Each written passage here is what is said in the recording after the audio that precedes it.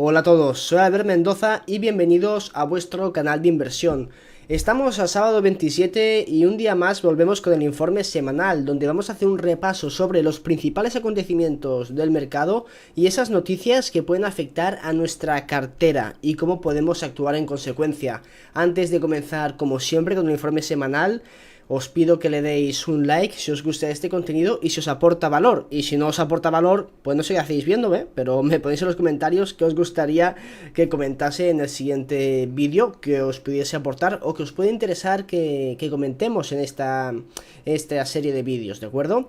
Además, que si queréis aprender a invertir en commodities y en estos sectores que tocamos de cerca, en albert-mendoza.com tenéis una guía gratuita para empezar en este mundillo y luego unas masterclass para profundizar todavía un poquito más.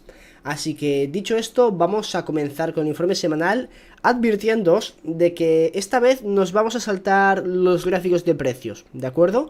Lo haremos la semana que viene, que creo que puede ser más interesante a cierre de mes, pero bueno, no va a ser la dinámica habitual, pero por condiciones externas esta semana lo vamos a obviar y vamos a ir directamente a las noticias del mercado. Una noticia que salió este martes, y es que uno de los mayores productores de fertilizantes de Europa, de hecho el segundo, que es una empresa polaca, dejó de fabricar su producción de fertilizantes de nitrógeno. ¿Por qué? Pues obviamente por los precios prohibitivos del gas. Y es que el gas también principalmente es utilizado para generar energía eléctrica, pero es un componente clave para la fabricación de fertilizantes. Por lo tanto, en Europa, como ya hemos visto, los precios del gas disparados por las nubes. Hay empresas que no pueden parar su producción. Ya comentaba en el vídeo de esta semana que hice sobre la crisis en Europa, de que algunas empresas alemanas se estaban viendo forzadas a parar su producción y algunas están recibiendo, parece ser, he leído por ahí, subvenciones para mantener su producción. Pero no todas las empresas pueden mantener este ritmo y no en todos los países. Entonces algunas se ven forzadas a parar y esto puede traer consecuencias de segundo orden brutales. Si ya los productos agrícolas se habían disparado estos últimos meses y los fertilizantes estaban realmente caros, ahora con este parón de fábrica, esto se puede poner muy feo y las cosechas pueden ir bastante mal. Además, también dependemos del clima. Llevamos muchos años de buen clima y de buenas cosechas. Y vaya, ya sabemos que las desgracias nunca vienen solas, ¿no? Un cambio en estas condiciones pues puede alterar también el resultado final, la producción final. Y si además subimos al carro de problemas, pues que los precios de los fertilizantes ya estaban caros y ahora va a haber menos oferta todavía, esto se complica de cara a la cosecha del año que viene. Y los precios del gas no tienen mucha pinta de que vayan a mejorar. Por lo tanto, este tipo de empresas cada vez se va a ver en problemas más graves para mantener su producción. De momento ha cerrado esta y veremos si esto se extiende a otras producciones, a otras plantas, a otras empresas, porque sabemos que en Europa la cosa está bastante fea y no tiene pinta de poder solucionarse. Entonces no podemos esperar que los políticos nos saquen de estos problemas con sus políticas que hemos visto que han sido inútiles durante todos estos años. Por lo tanto, lo que podemos esperar es que el mercado al final, pues bueno, no metan demasiado las manos, ni interfieran demasiado, que es muchísimo pedir para esta clase política que tenemos y también para los ciudadanos que se creen que los políticos realmente son los que solucionan los problemas, y el 99% de los problemas que tenemos actualmente no son por el mercado en sí, sino son por intervenciones de los estados en el mercado. Porque estos problemas de precios altos, si el mercado se hubiese regulado y hubiesen dejado explorar y producir en suelo europeo, seguramente no tendríamos estos problemas. Tendríamos otros, pero bueno, los tendríamos que afrontar. Pero por lo menos estos que tenemos ahora, por estos precios prohibitivos del gas, sería más complicado tenerlos. Con esto no quiero decir que se solucionaría totalmente, porque Europa no tiene unas reservas de gas brutales. Pero sí es cierto que hay cositas que se pueden hacer. Otro tipo de energía que puede suplir al gas, como ya hemos comentado, tema de las centrales nucleares con el uranio. Y claro, si hubiésemos tomado las políticas adecuadas, hubiésemos dejado al mercado tomarlas, es posible que no tuviésemos esta situación tan nefasta. Pero bueno, es el mundo que nos toca vivir. Y de hecho es lo que tenemos que aprovechar y saber ver estas oportunidades que también pues nos ofrecen los mercados. Esto es un gráfico muy interesante. No sé si podréis ver concretamente las materias primas a las que se refiere: el petróleo, el hierro, el oro, el gas, el cobre y el aluminio. Aquí abajo sí que se ven, pero por los colores quizá cuesta más distinguir las rayas. Pero simplemente quería que echéis un ojo a la diferencia de CAPEX. El CAPEX es la cantidad de capital invertido en el sector, tanto pues en exploración, en development, en el desarrollo de los proyectos y ya en la producción. Pues podemos ver que el pico de commodities se alcanzó en 2014 y podemos ver que aquí tomaríamos como referencia el 100% del CAPEX, y a partir de aquí hasta el 2016 pues fue el bear market con ciertas recuperaciones, pero vemos que el CAPEX todavía se halla a niveles bastante por debajo, al 60% de lo que estuvimos invirtiendo en 2014, y hoy en día consumimos más commodities que en 2014. Entonces hay otras que sí que han visto su CAPEX realmente reducido.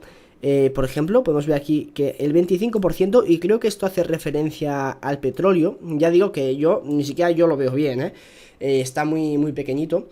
Pero por lo general, la situación de las commodities es bastante crítica.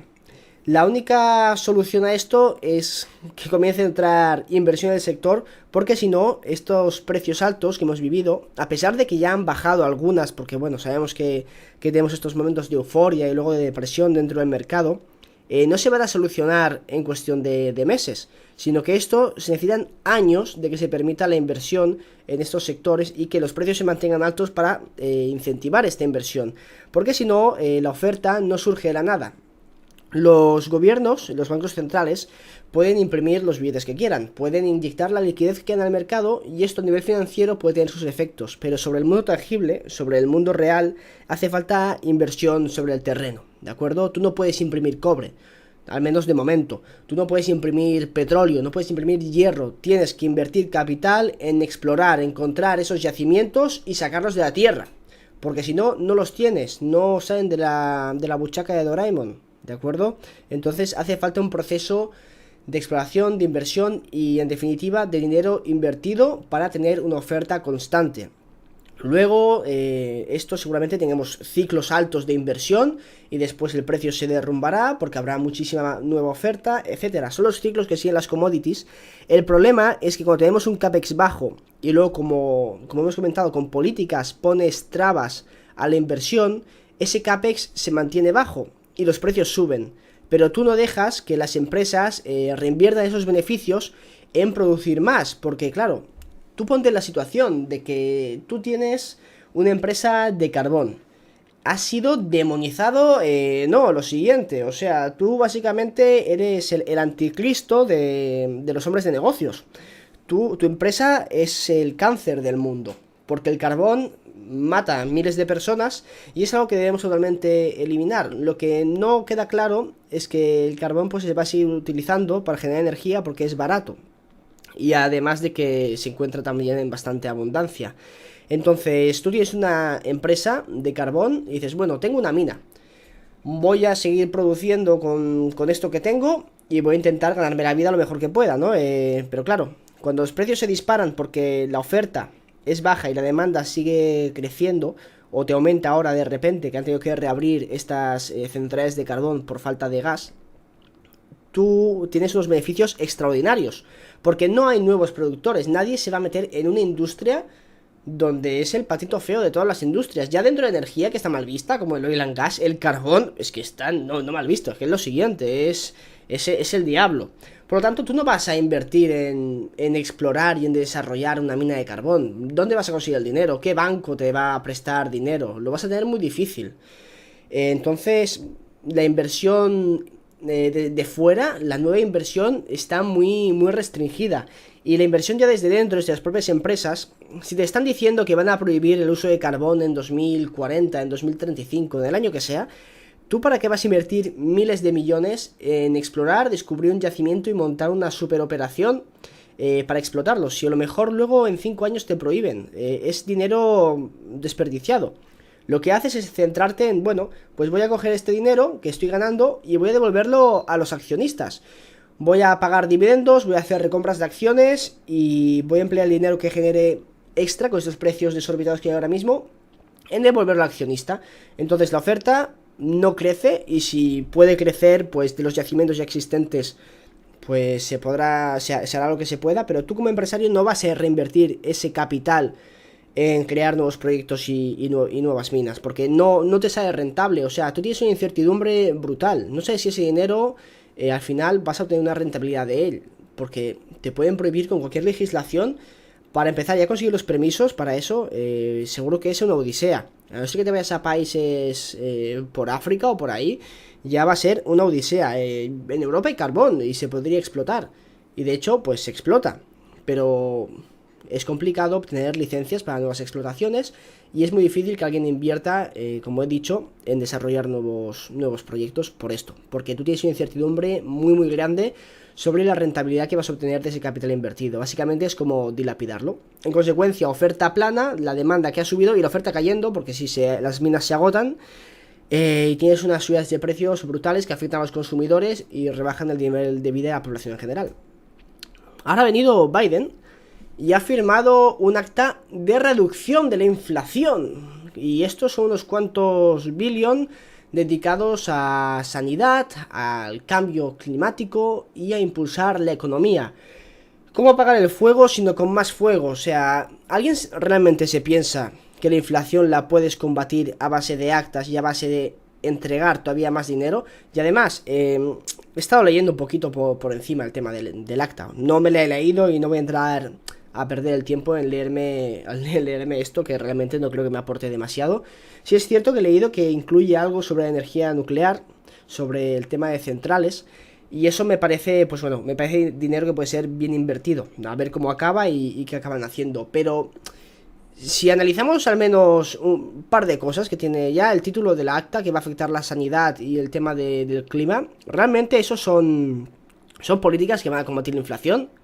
Subvencionar la sanidad y luego invertir más dinero seguramente en esas energías que nos han llevado a donde estamos a día de hoy, realmente no es dinero bien invertido para combatir la inflación, simplemente es publicidad.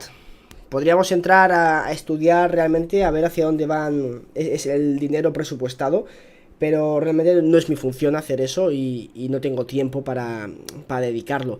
Pero seguramente, por lo que he leído en los artículos, ya sabemos por dónde van los tiros de este tipo de actas. Además, ahora vienen las elecciones, las midterm, y bueno, hay que mantener a la gente contenta.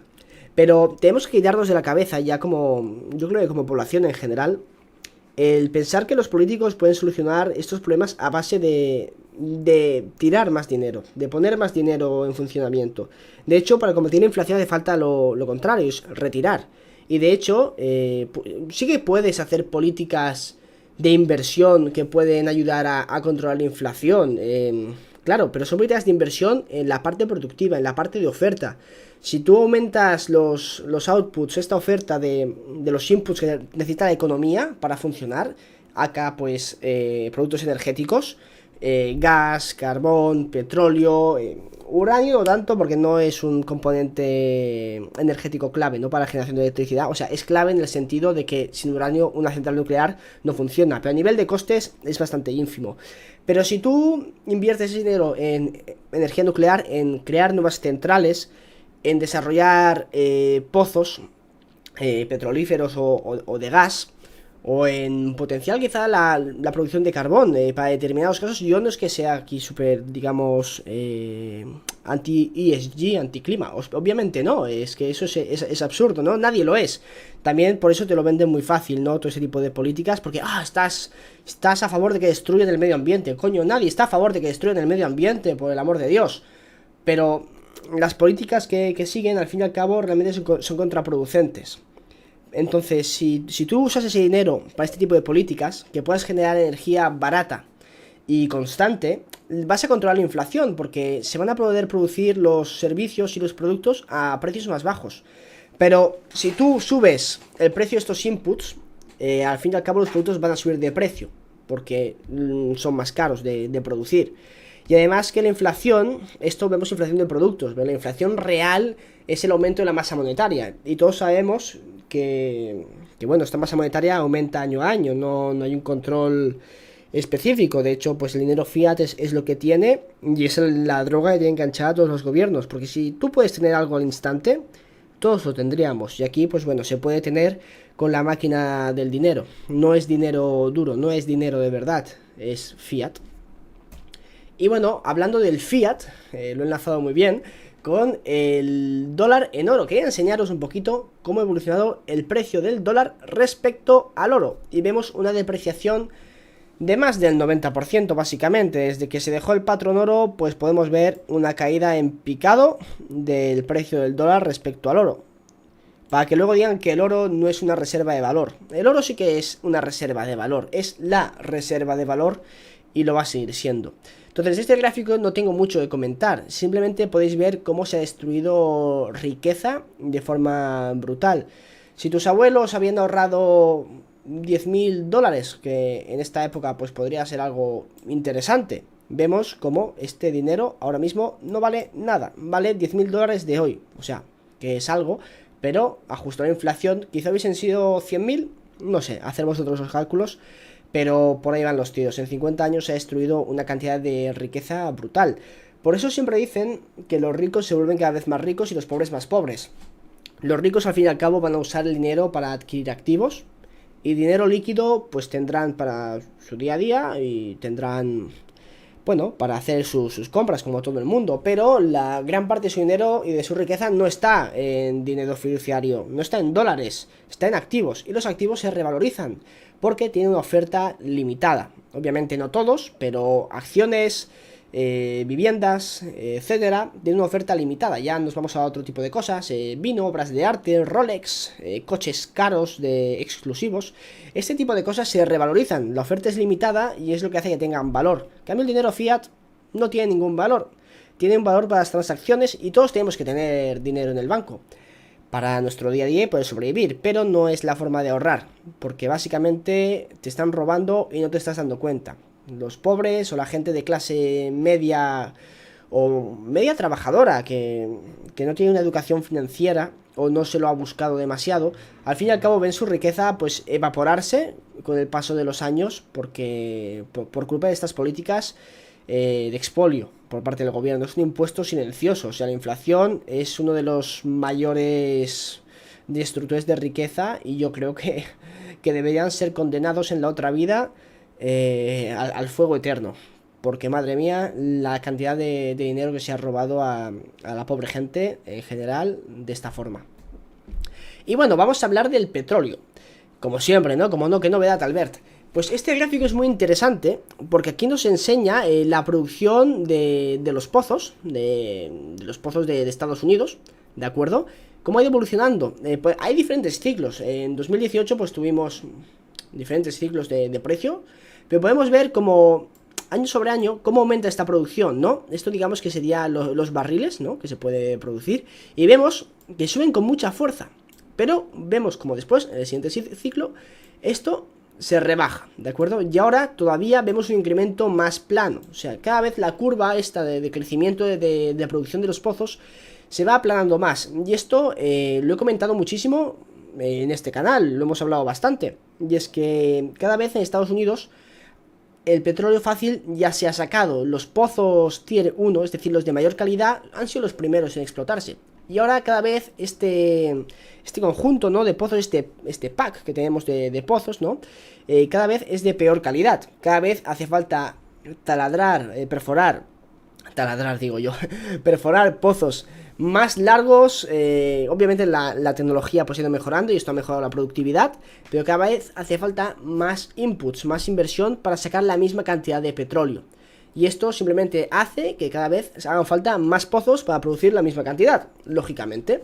Entonces esta producción se va aplanando hasta que al final, pues bueno, todo yacimiento llega a un límite y luego decrece. Pero bueno, el shale todavía está en crecimiento, pero ya no crece con la misma fuerza que antes. Entonces la oferta que viene de Estados Unidos cada vez va a estar más limitada. Yo dudo mucho que pase lo que pasó en 2016, que se hundieron los precios del petróleo por el shale americano. Eso ya dudo mucho que vuelva a pasar. Además, la realidad, y es que los inventarios de petróleo siguen bajando en Estados Unidos. Salieron datos de las semanas anteriores. Podemos ver que los inventarios de petróleo siguen bajando. Estamos a mínimos desde 2012, podemos ver aquí datos. Estamos muy alejados de la media. Entonces esto es un buen indicador para seguir largos en el petróleo. Además, este gráfico lo sacó la OPEC. Y es que, bueno, vemos este gap de producción. Sí, todos sabemos que a ver, que esto lo hacen todos, ¿no? Todos los productos de materias primas te van a decir, sí, a partir de aquí a 3 años vemos un gap brutal.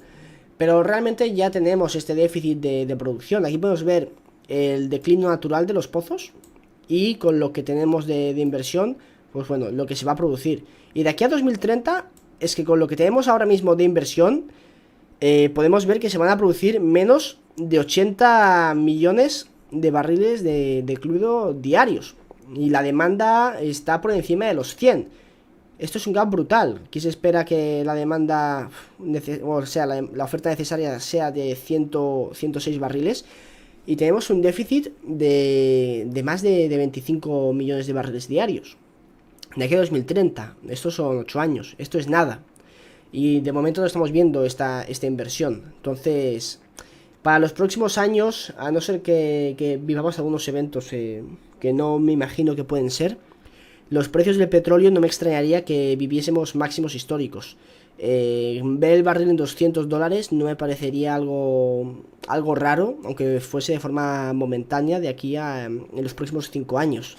A no ser que cambie algo y se comience a invertir, pero es que la inversión no va a dar efecto de forma inmediata. A lo mejor hace falta, con lo que ya he descubierto, pues para montarlo todo, 4 o 5 años y una fuerte inversión, si no más tiempo, porque esto tiene mucho tiempo, estoy siendo muy optimista, diciendo 5 años.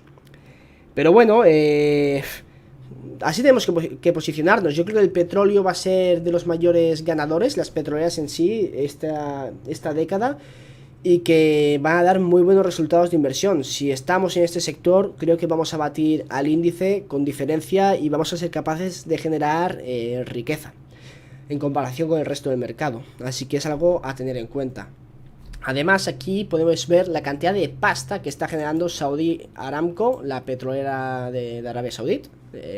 Y bueno, podemos ver que este último trimestre, segundo trimestre, ha generado más net profit que Tesla, Facebook, Apple y Microsoft juntas. Así que viva el petróleo, leche.